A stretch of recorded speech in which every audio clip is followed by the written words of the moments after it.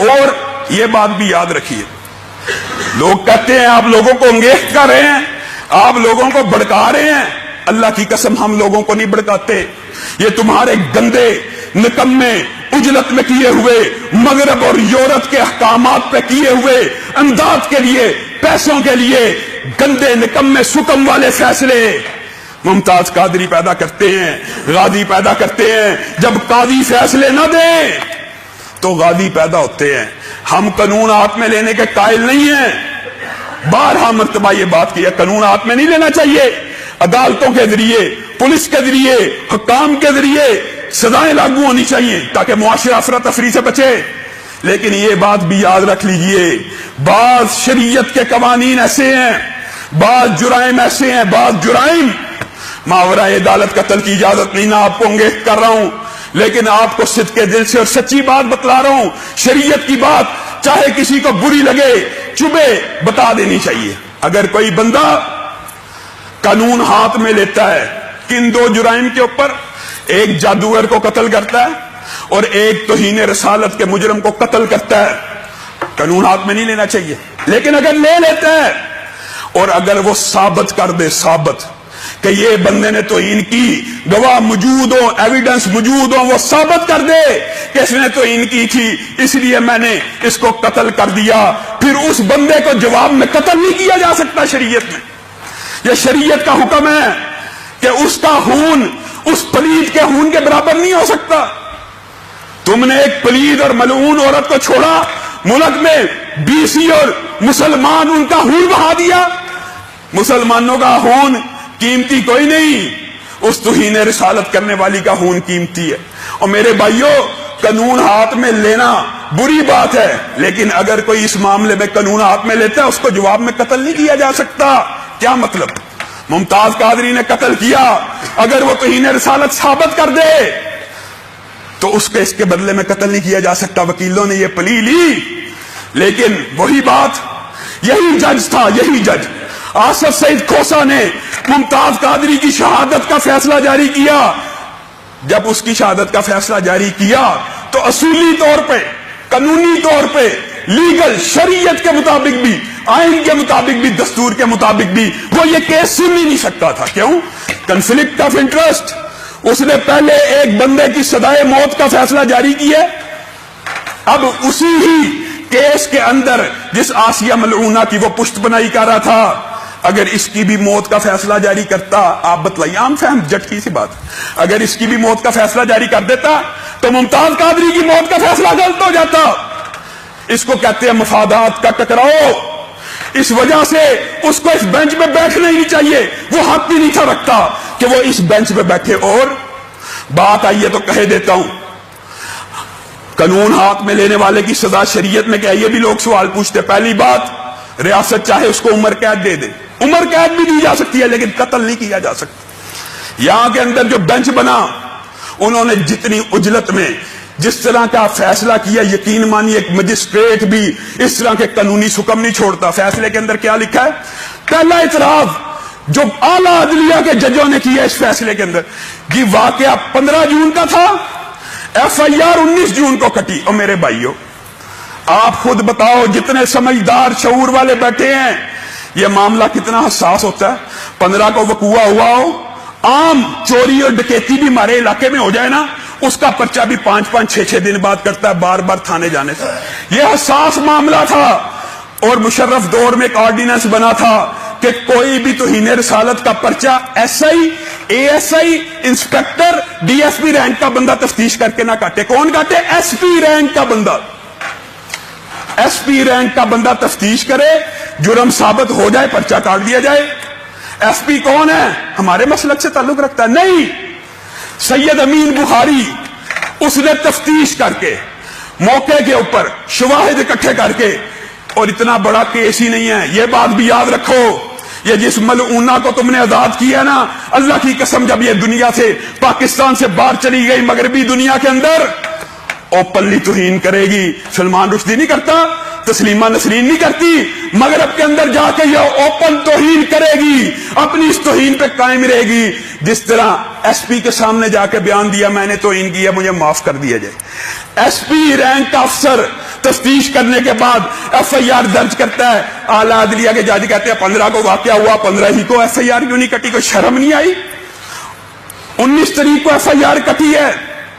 یہ پہلا اعتراض. دوسرا اعتراض، قانونی حکم موجود ہے فیصلے کے اندر، اجلت میں لکھا گیا ہے، جانبدار ہو کے فیصلہ کیا گیا ہے، مغرب کو، یورپ کو، اپنے آقاؤں کو خوش کرنے کے لیے فیصلہ کیا گیا ہے.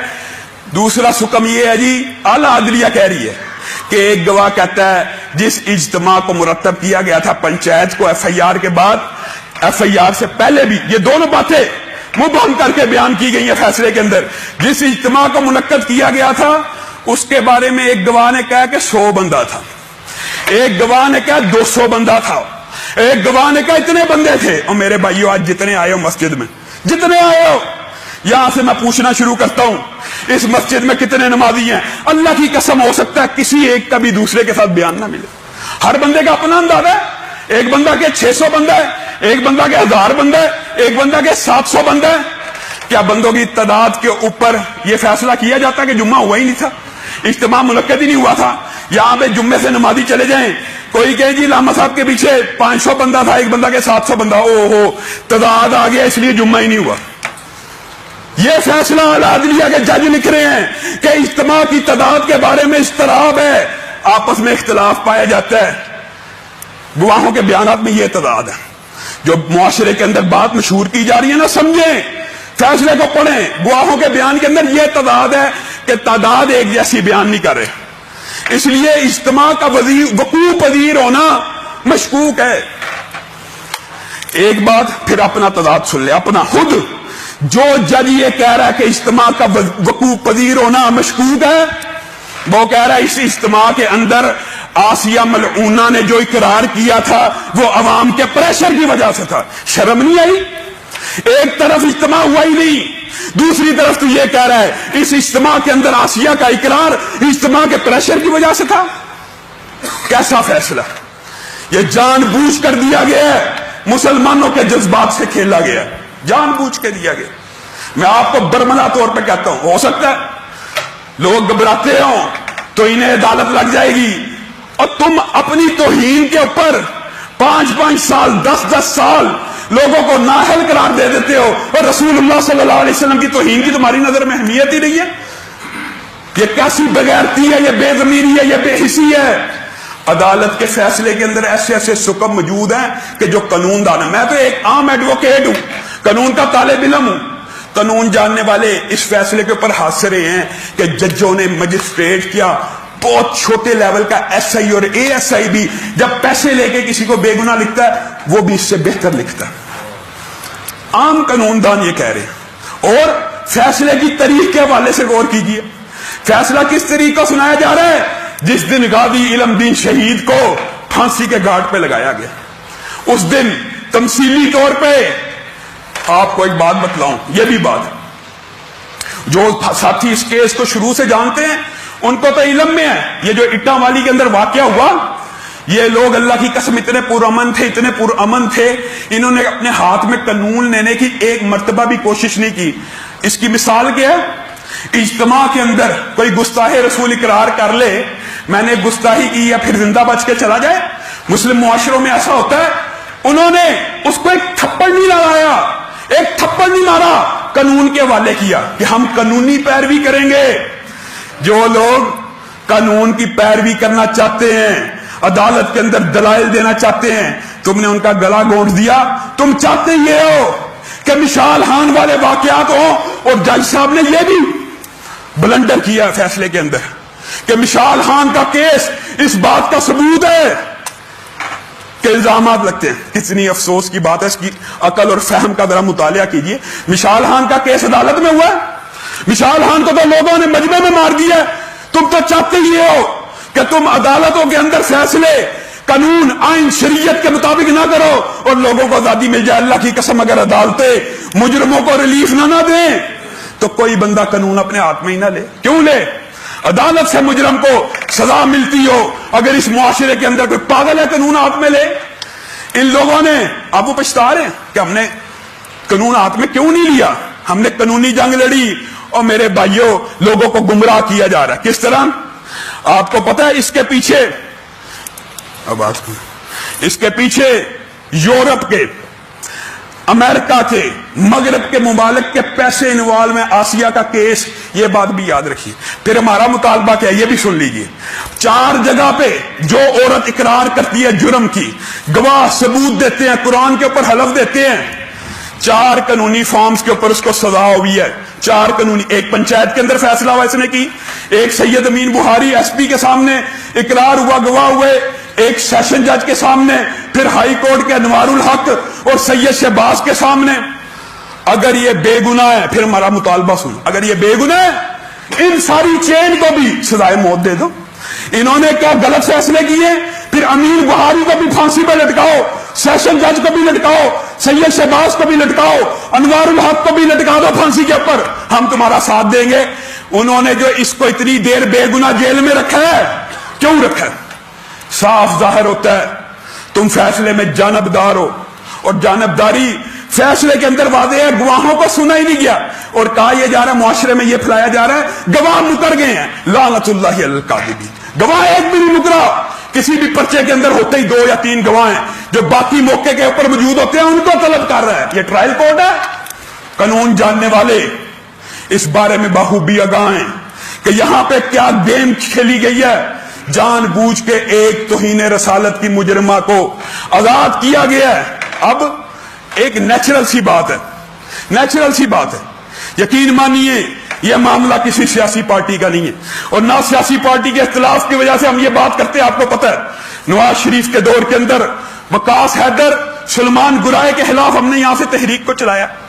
نواز شریف کا دور تھا, وہ جب بھاگے, ممتاز قادری کا قتل کا فیصلہ آیا, سب نے کیا کہا تھا نواز شریف ذمہ دار ہے. آج کچھ لوگ ایسے پیدا ہو گئے ہیں, خان صاحب نے ٹی وی کے اوپر آ کے نعوذ باللہ الفاظ کے, یہ ایک چھوٹا سا طبقہ ہے, چھوٹا سا طبقہ جو اس فیصلے کے خلاف احتجاج کر رہا ہے. لیکن وہ بھول گیا جب انسان تخت پہ بیٹھتا ہے, اقتدار میں بیٹھتا ہے, اس کے اندر فرعونیت آ جاتی ہے. فرعون نے 4000 سال قبل یہی الفاظ اللہ رب العزت نے کلام حمید میں نازل فرما دیے, ان ہؤلاء لشرذمہ قلیلون. یہ جو چھوٹا سا طبقہ ہے نا, شرارت کرنے والا حقیر سا, یہی الفاظ قرآن پاک کے اندر سورۃ شعراء کے اندر فرعون کے موجود ہیں. یہ چھوٹا طبقہ نہیں ہے, یہ محبان رسول کا طبقہ. تو سمجھتا ہے کہ پی ٹی آئی کے جو ورکر ہیں وہ تیرے ہر فیصلے کی حمایت کریں گے؟ نہیں کریں گے. 50% سے زیادہ پی ٹی آئی کے ورکر بھی عمران خان کے اس فیصلے سے خوش نہیں ہے. ہاں, جو بات سچ ہے وہ کرنی چاہیے. ہاں صاحب, آپ نے 5 سال ملک کے اندر احتجاج کی, دھرنے کی پالیٹکس کی ہے. آج 1 دن اور 2 دن کا دھرنا جس کے بارے میں آپ کہتے تھے میں کنٹینر فراہم کروں گا, میں کھانے فراہم کروں گا, آپ کی آنکھ میں چبھنے لگ گیا ہے, آپ کو تکلیف دے رہا ہے, آپ کو اذیت دے رہا ہے, یہ بیج آپ نے بویا ہے. احتجاج کرنا قانونی, آئینی, شرعی حق ہے ہر مسلمان کا. پاکستان کے قانون کے اندر بھی احتجاج کے قواعد و ضوابط موجود ہیں. آپ جب کہیں گجرانوالہ بند, اسلام آباد بند, سیالکوٹ بند, بجلی کے بل جلائے جائیں, گاڑیوں کو نظر آتش کیا جائے, روڈیں بلاک کی جائیں, آپ کے میں نہیں کہہ رہا یہ گاڑیوں کو نظر آتش شر پسند ٹولہ ہے. اسی طرح پاکستان کے اندر کسی عالم دین نے, کسی مولوی نے, کسی عالم نے, کسی بھی مسلک کا یہ نہیں کہا لوگوں کی گاڑیوں کو جلاؤ, لوگوں کے رکشوں کو جلاؤ. اور جھوٹ بھی بولا جا رہا ہے, پروپیگنڈا بھی کیا جا رہا ہے. وہ جس نے رکشے والے نے خودکشی کی ہے اس کی تصویر لگا کے کہا جا رہا ہے یہ محبان رسول رکشے جلا رہے ہیں, کافر رکشے جلا رہے ہیں. اور لوگوں, یہ تحریر کو, یہ اس کاز کو سبوتاژ کرنے کی سازش کی جا رہی ہے. ہم یہاں پہ منبر رسول کے اوپر کھڑے ہو کے اعلان کرتے, کوئی بندہ کسی ایک پتے کو بھی نہ توڑے. اسلام کے اندر حالت جنگ کے اندر درختوں کو کاٹنے کی اجازت نہیں ہے. ہم نے کیوں پتے جلانے ہیں, ہم نے کیوں ملاٹ جلانی ہے, ہم نے کیوں موٹر سائیکل جلانے ہیں, ہم نے کیوں گاڑیاں جلانی ہیں.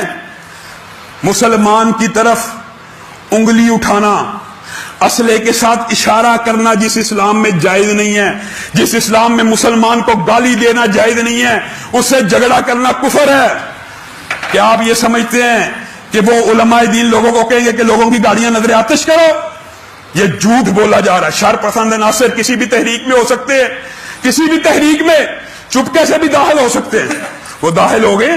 اگر انہوں نے کوئی گاڑی جلائی ہے، کوئی چیز کی ہے، ہم اس کی مذمت کرتے ہیں، لیکن تم جو سیدھی فائرنگ کر رہے ہو ایک ملعونہ عورت کو کے خون کو بچانے کے لیے، اور سب کو پتہ ہے ٹویٹس آ رہے ہیں، ملعونوں کے ٹویٹس آ رہے ہیں۔ گیرٹ ولڈر نے ٹویٹ کیا ہے، یورپی پارلیمنٹ میں قراردادیں پیش ہو رہی ہیں، امریکہ کا اسٹیٹ ڈپارٹمنٹ خوش ہو رہا ہے، بڑی اچھی بات ہے تم نے چھوڑ دیا، اب اس کو پروٹیکشن کرو، اللہ کی قسم تم نے چھوڑ تو دیا ہے، لیکن اگر اس کو ملک سے بھگا دیا تمہارا اقتدار نہیں بچے گا۔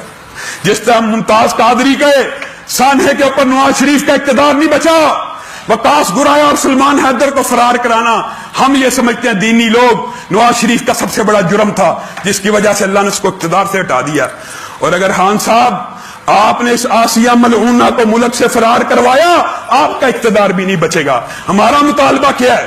مطالبہ یہ ہے کورٹ کے اندر حکومت ریویو پٹیشن کرے، حکومت نے کرنی ہوتی ہے، یہ کیس سٹیٹ ورسز ہوتا ہے، مدعی موجود ہوتے ہیں، معاون، ریویو کی اپیل کی جائے اور ایسا بینچ تشکیل دیا جائے جن کی تعداد 5 سے 10 کے درمیان ہو، اور جن ججوں کے اوپر علماء کو اعتماد۔ یہ نہیں ہم اپنی مرضی کا فیصلہ دینا چاہتے، ہم قانونی اور آئینی طور پر اگر اتنا والا کہ وہ میرے بھائی جنہوں نے 9 سال تک ایک مرتبہ بھی، آپ کو پتا ہے آسیہ کے خلاف پرچہ کٹوانے کے لیے بھی احتجاج نہیں تھا ہوا، احتجاج ایک دن بھی نہیں ہوا، فتنہ فساد ایک دن بھی نہیں ہوا۔ ہاں اب ہوگا، اس وجہ سے ہوگا کہ تم چاہتے یہ ہو کہ مسلمان قانون ہاتھ میں لے لیں۔ جب تم فیصلے ایسے بوگس جعلی کرو گے تو مسلمانوں کے جذبات بڑکیں گے۔ اللہ رب العزت جو کہا گیا، جو سمجھایا گیا، جو سنا گیا، اس کے اوپر عمل پیرا ہونے کی توفیق عنایت فرمائے۔